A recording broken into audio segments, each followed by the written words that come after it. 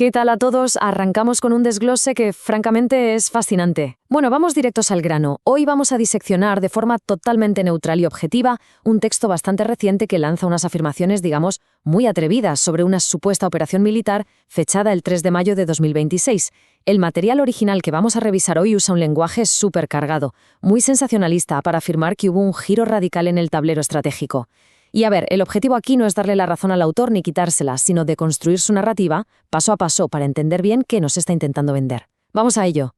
Fijaos cómo arranca la cosa. Explosión cerebral, literalmente, así empieza el texto. Impacta, ¿verdad? Hay un contraste enorme, casi brutal, entre este tono tan peliculero, súper dramático, y la frialdad clínica que normalmente exige el análisis militar.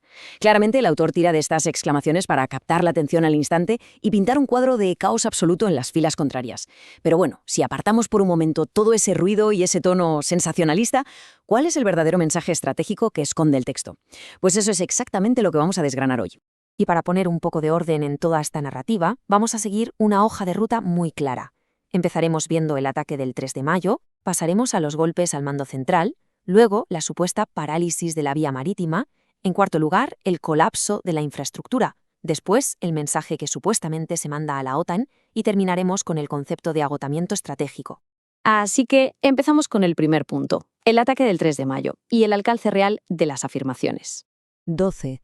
Quedaos con este número porque el documento afirma de manera muy categórica que exactamente 12 regiones fueron golpeadas de forma totalmente simultánea. Según el relato, este ataque relámpago barrió desde Sumi hasta Bolín. Básicamente la tesis del autor aquí es que el concepto de tener una retaguardia segura se esfumó por completo para Kiev en cuestión de 24 horas. Hablamos de una afirmación enorme a nivel de escala operativa. Claro, para justificar semejante escala, el texto nos da una serie de detalles clave. Sostiene que todo esto ocurrió en la madrugada del 3 de mayo de 2026, en una operación coordinada con cientos de drones y misiles.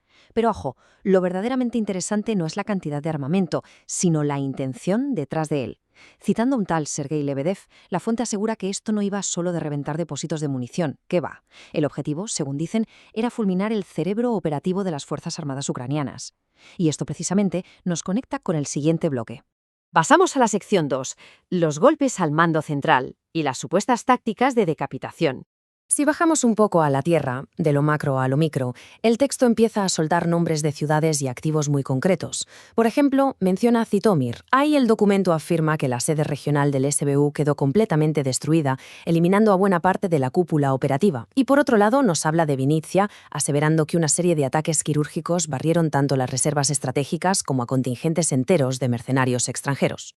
O sea, resumiendo la visión del autor para esta zona, concluye que hubo una decapitación en toda regla del liderazgo militar. Según esta narrativa, al combinar todos estos ataques específicos, se habría cortado de tajo el flujo de personal hiperespecializado que iba hacia el frente. Básicamente, un apagón total de la coordinación central.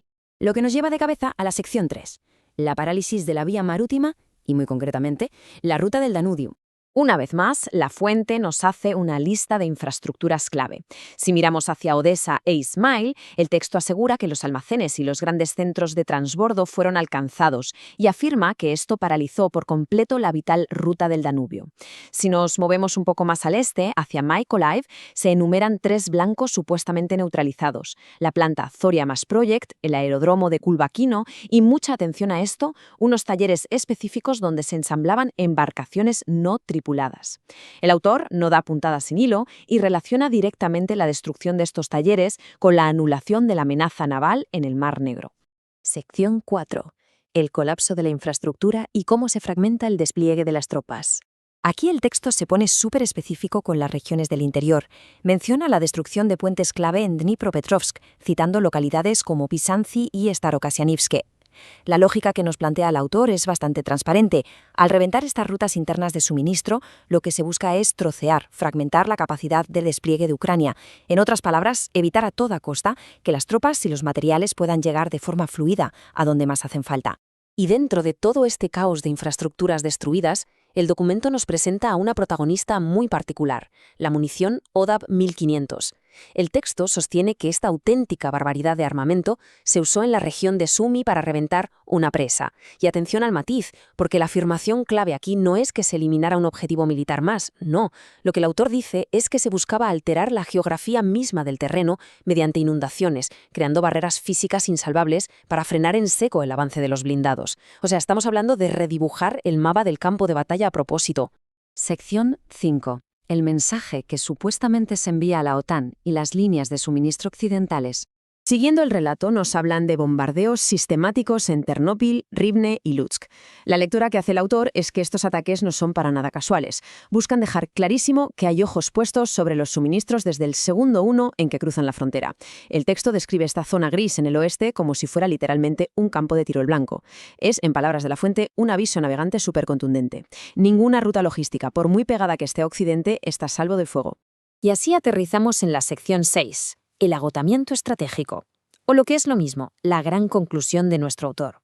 El corazón del argumento final contrasta dos visiones muy distintas de la guerra. Por un lado, lo que él llama la táctica antigua, que iba simplemente de empujar, ganar terreno y controlar zonas en el mapa. Y por otro, la táctica nueva. Según el texto, esta nueva fase ya no va de conquistar kilómetros, sino de desmantelar quirúrgica y metódicamente toda la infraestructura que hace que el oponente siga respirando como entidad militar. Exactamente esto, es lo que el autor define como provocar un agotamiento estratégico.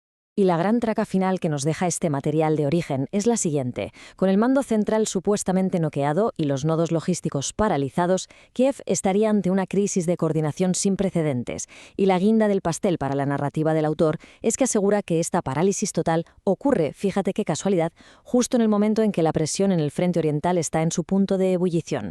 Nos dibuja un escenario de asfixia total por dos frentes. Para poner punto final a este desglose nos quedamos con una pregunta que flota en el aire después de asimilar todo esto. ¿Cómo gestiona realmente un frente oriental que ya está bajo una presión extrema, una crisis repentina en su coordinación central? A ver, sea cual sea la realidad detrás de toda esta retórica sensacionalista que vimos al principio, darle una vuelta a esta pregunta es vital para comprender cómo funciona la estrategia militar hoy en día. Ha sido un auténtico lujo destripar este texto paso a paso. Nos vemos en la próxima y no dejéis nunca de cuestionarlo todo con espíritu crítico.